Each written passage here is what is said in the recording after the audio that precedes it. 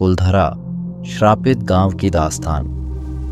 राजस्थान के जैसलमेर जिले में स्थित कुलधरा गांव, जो कभी पालीवाल ब्राह्मणों से आबाद था, आज खंडहर में तब्दील हो चुका है। कहा जाता है कि यह गांव एक ही रात में खाली हो गया था और तब से यहाँ कोई बस नहीं सका। कई बार वैज्ञानिकों और शोधकर्ताओं ने इस गांव की सच्चाई जानने की कोशिश की, लेकिन कुछ ऐसा हुआ जिससे लोग डरकर वापस लौट गए। ये कहानी उन्हीं में से एक टीम की है जो कुलधरा की रात का रहस्य जानने गई थी। शुरुआत साल 2010 में एक पैरानॉर्मल इन्वेस्टिगेशन टीम ने तय किया कि वे कुलधरा गांव में एक रात बिताकर इसकी सच्चाई जानेंगे। इस टीम में 5 लोग थे: रोहित, अंशुल, प्रतीक, सुरेश और उनकी कैमरा टीम। वे अपनी गाड़ियों में कैमरे, रिकॉर्डिंग डिवाइसेस और ज़रूरी सामान लेकर जैसलमेर से कुलधरा के लिए निकले। जब वे गांव पहुंचे तब सूरज ढल चुका था और चारों ओर एक अजीब सी खामोशी थी। गांव की टूटी फूटी हवेलियां और वीरान गलियां एक डरावना एहसास दे रही थीं। हालांकि इन्वेस्टिगेशन टीम ने अपने कैमरे और साउंड रिकॉर्डिंग डिवाइसेस सेट करने शुरू किए। रहस्यमय घटनाएं शुरू होती हैं।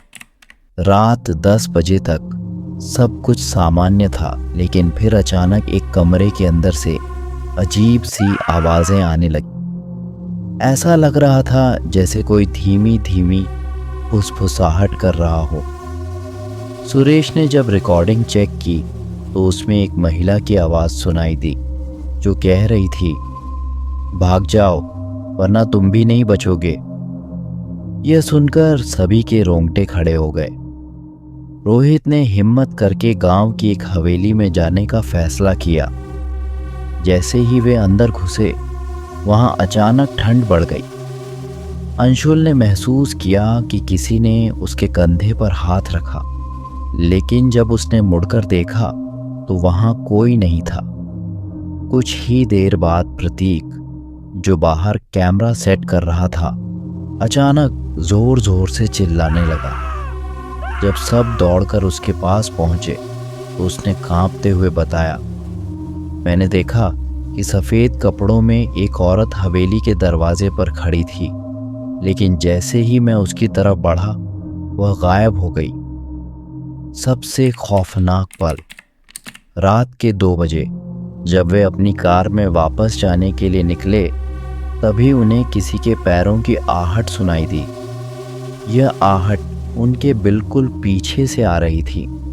जब उन्होंने मुड़कर देखा तो एक परछाई दीवार पर दिख रही थी, लेकिन उसके आगे कोई नहीं था। रोहित ने डरते हुए कैमरा उठाया और उस दिशा में रिकॉर्डिंग शुरू कर दी।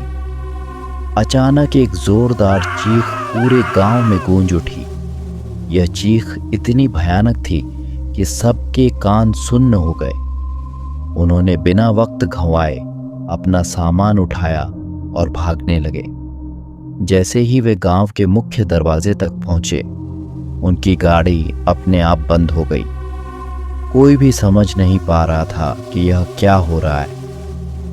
अंशुल ने कार स्टार्ट करने की कोशिश की, लेकिन गाड़ी का इंजन बंद था। तभी प्रतीक ने कार के शीशे में पीछे देखा और जोर से चिल्लाया, भगवान के लिए कार स्टार्ट करो, वो हमारे पीछे खड़ी है। भाग निकलने की कोशिश। किसी तरह सुरेश ने हिम्मत करके दोबारा कार स्टार्ट की और वे वहां से तेजी से निकल गए।